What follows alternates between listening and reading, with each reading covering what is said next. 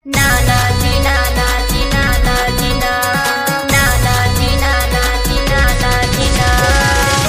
by Sila Music, Garwa. होठों से भी ज्यादा गुलाबी गाल कर दूंगा, कोरा में आई बेटा माला माल कर दूंगा। तन का ध्यान मेरे ओर दीजिए, तन का ध्यान मेरे ओर दीजिए, ढीला तो लहंगा के डोर कीजिए।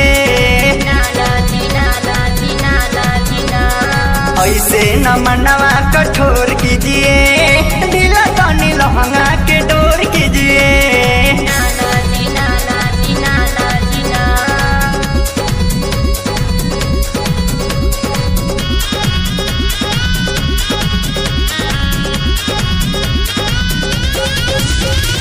मुस्की चलौला से जो बन हिलौला से सबके सतौला से का फायदा।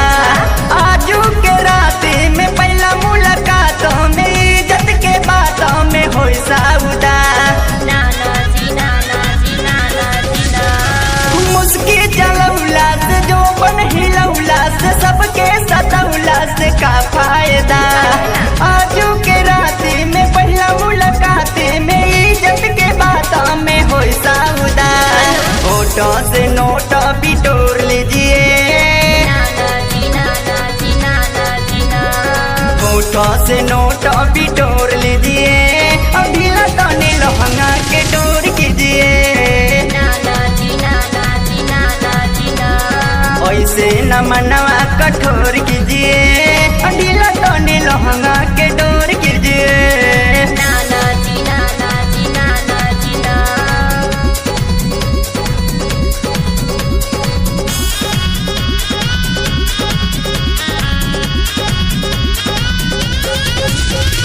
रांची राजधानी में जिला पलामू में होई रंगीला थाना पाती के।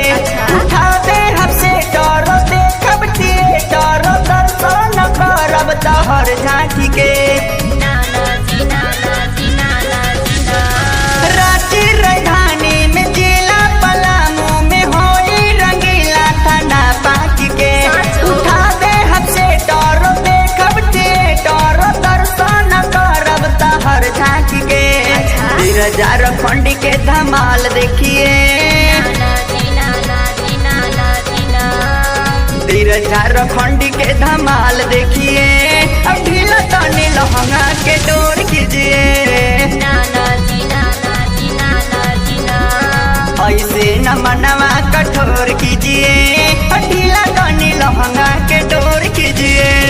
फोटो से भी ज्यादा गुलाबी गाल कर दूंगा,